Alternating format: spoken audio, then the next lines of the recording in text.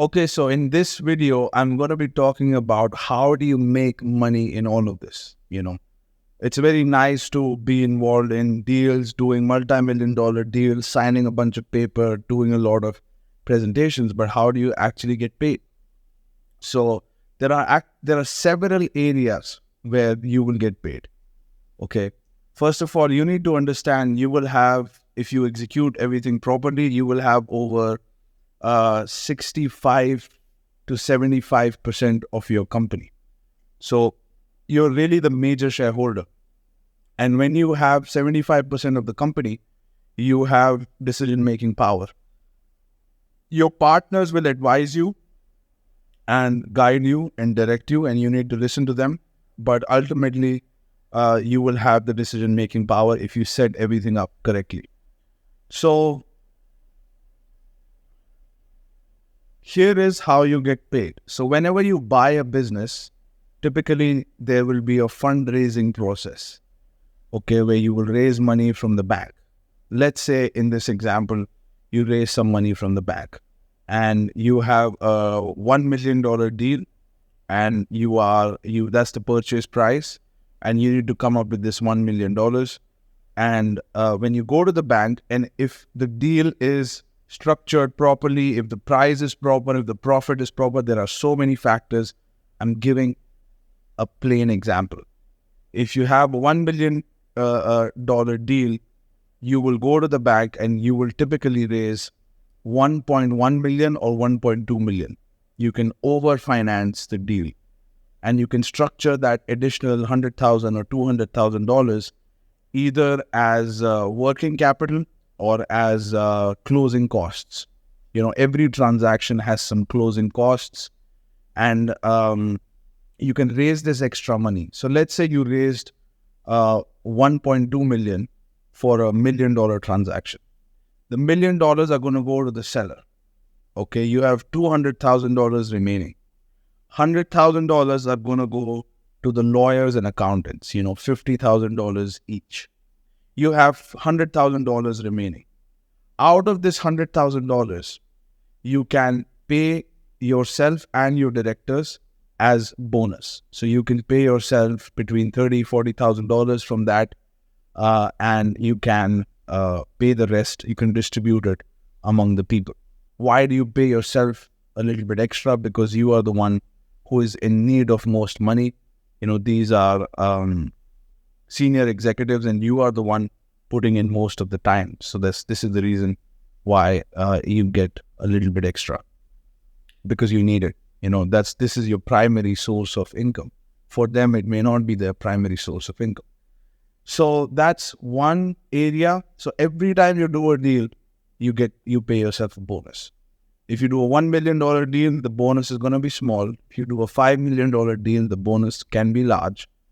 It's possible that you may not have enough money in the financing to pay yourself bonus. It is possible. But the larger you do the deal, it's possible that you have a larger, the bigger the bonus. Okay? That's one area. Every time you do a deal, you will get paid money. Then you will have a salary. Let's say you acquire several multi-million-dollar businesses.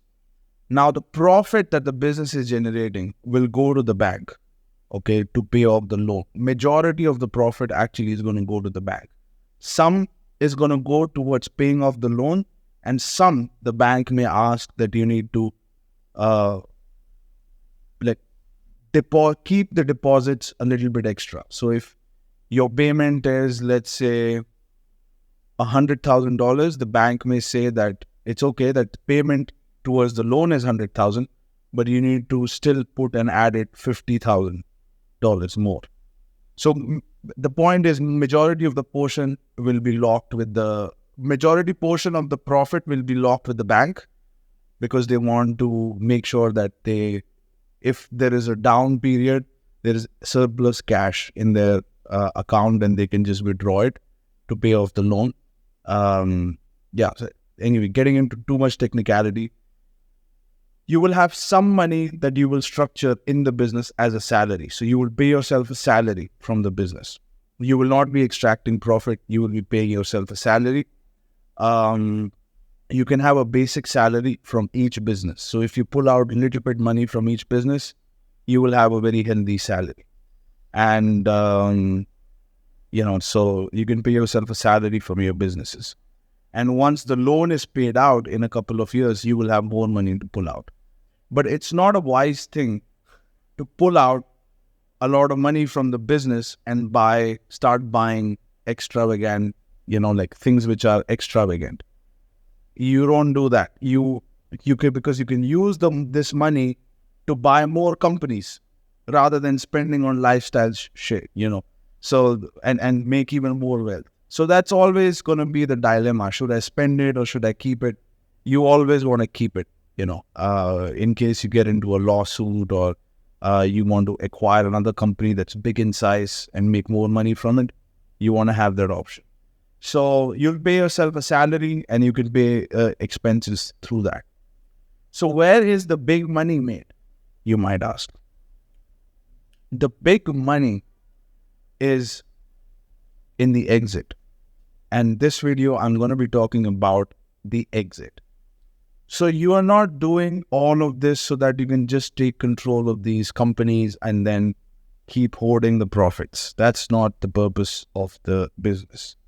The purpose of this business is for you to have a big payday at the end of the investment cycle. So if your investment, and this company is not something you will run for 10, 15, 25 years. Okay. This company is going to be structured in a way that it's going to run, between 5 to 7 years, 5 to 8 years, that kind of time horizon. It may be 3 years. Okay. So it's called a limited duration venture.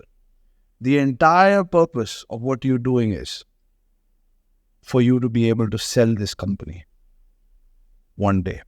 So you're building to sell. You're not building to keep. Why would you build something to sell? The reason you will build something to sell is because you can sell it for 2, 3, 4, 5 times more than what you paid initially. So if you acquired a bunch of businesses and you borrowed $30 million to do all of these deals, you can potentially exit at $100, $150 million, depending upon how you exit, market conditions, the type of buyer, and your exit strategy. Okay. Some exit strategies are very risky and have very high rewards associated with it. For example, an IPO. Some strategies are a little bit less risky, but they will have a lower price associated with it. So it's, again, risk and reward. But you can get up to 2 to 5 times. That's the range. Sometimes you can get even more. It depends on how you exit, the market conditions, and so many other factors. Okay. So there are 2 ways to exit this portfolio. Let's say you have 10 companies under your umbrella. All of them are multi-million-dollar businesses, and you are holding tight. You're paying your expenses, but you're not really feeling rich. You're feeling powerful, but you're not feeling rich because you've gotten paid and you're making money. You're happy, but you don't have hundreds of millions in your bank in cash. And suddenly, when you have this portfolio, you will start to get offers from private equity firms. You will start to be approached by other groups in your industry who want to grow and who will offer you a premium price for your group. So what happens is, why you can get 2 times, 3 times. You might ask, why would somebody pay so much for the businesses I paid so little? The reason is because there is more demand for bigger sized companies than it is for a small sized companies. And when I say big, I'm really talking about $100 million business. So there are fewer $100 million businesses compared to a $1 million business. There will be thousands and thousands and tens of thousands of $1 million businesses. And the amount of time it takes to do buy a $1 million business and a 50 to $100 million business is almost the same. It needs the same legal work, it needs the same financing process, and more or less the time it takes is the same. So people prefer to do big deals. Have big industry leaders want to do big deals. They are not interested in small businesses. And this is the reason why we acquire many small businesses, because nobody actually wants to buy them. And this is the reason you can get a discounted price. So you just buy several small businesses, you eat a bunch of small fish and you become a big fish. And the value of, there are very few big fish, and the value for that big fish is a lot, and people are willing to pay a premium for that big fish. As simple as that. So you will put a bunch of small fishes and eat a bunch of small fishes and become a big fish. And then you have even a bigger fish coming and buying you out. Okay. So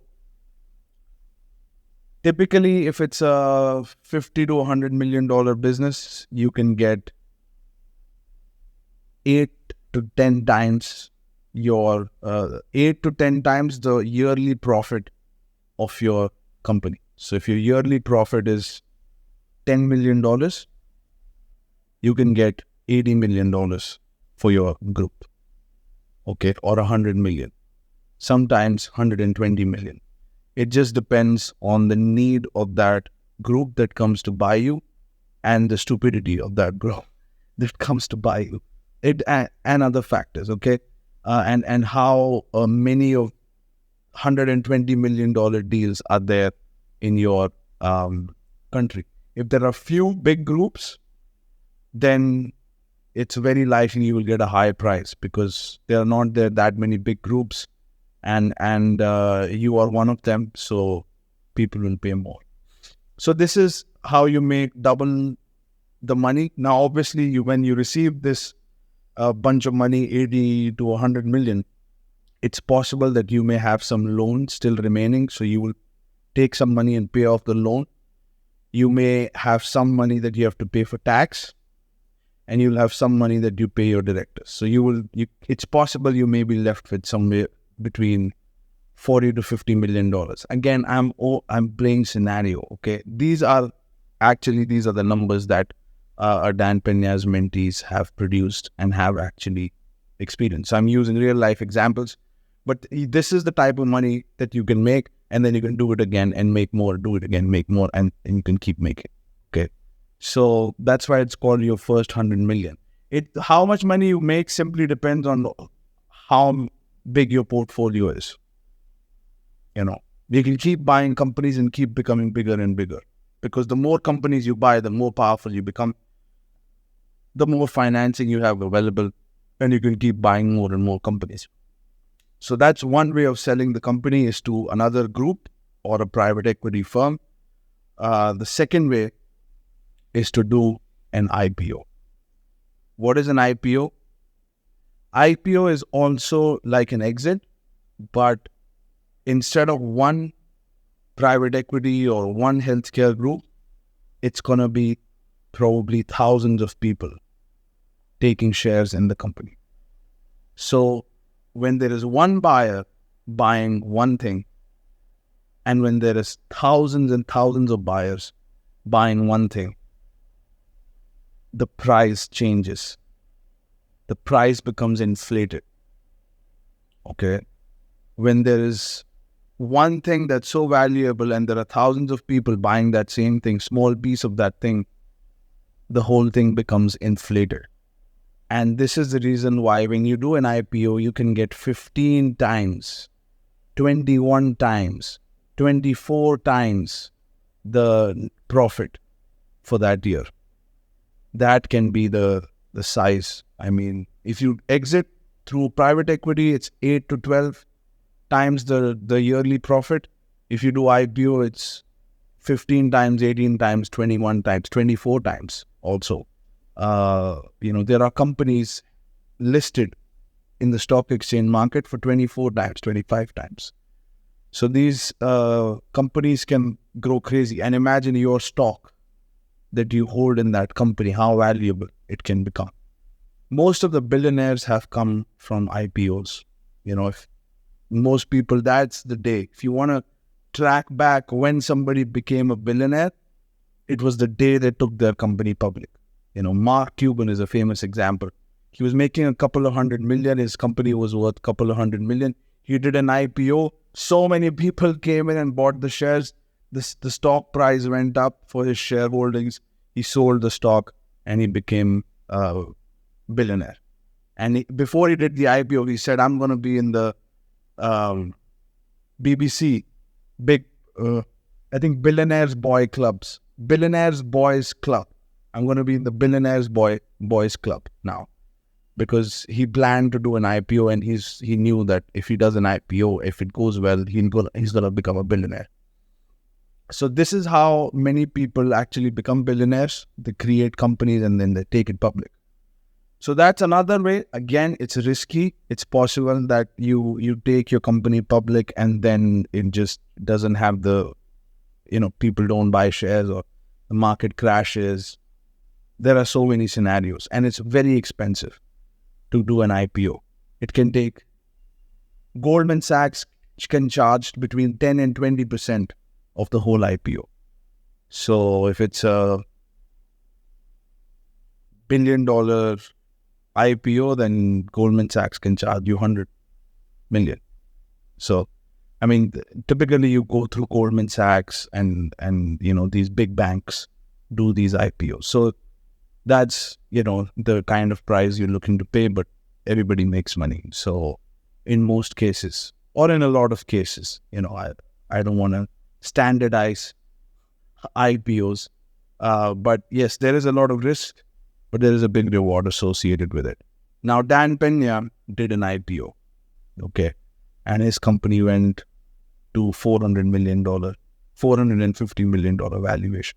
So he talks about how he did IPO. When I attended the Castle seminar, he talks about IPO as the rush that you cannot replace it with anything else.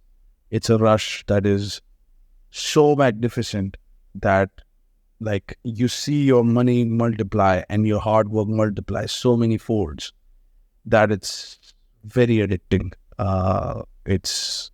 He says it's better than the best sex he's ever had.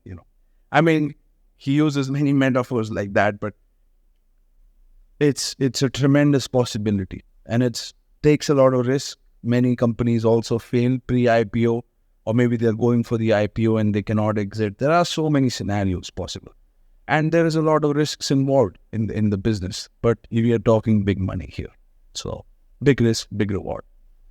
And this is the end of the series. This is how the whole thing works. This is how Dan Pena did it. This is how he took his company public. These are the concepts. This is how his mentees made the money. And now you can make it too. Go check out the book. And read it. I've listened to the book around 3 or 4 times to be able to fully understand it. But now that you've seen this series, you will be able to understand it much better. And as I mentioned, if you want to get in touch with me, if you want to be mentored by me, if you want to execute this business model, I'm also in the process of executing and doing deals. So, if you want to be mentored by me one-on-one over a period of 3 to 6 months, then reach out to me on my social media accounts. I'm going to put links to them here, and just write me a message saying that you want to do a free consultation call. I'll offer you one free consultation call where I'll look into your situation and we'll see if we can work together. And if we can work together, we'll work together 3 to 6 months, and I'll help you build this company step by step by step by step. On every step of the way, I'll be there to guide you. So if you're interested in that, reach out to me. As I said, I can only take 3 to 4 clients in 3 to 6 months, so seats are very limited. This is a one-on-one program, and it takes a lot of my time and energy. I cannot do it for a lot of people. Okay, so I'll talk to you soon. I hope you enjoyed. hit that subscribe button for more videos like this, and I'll talk to you soon.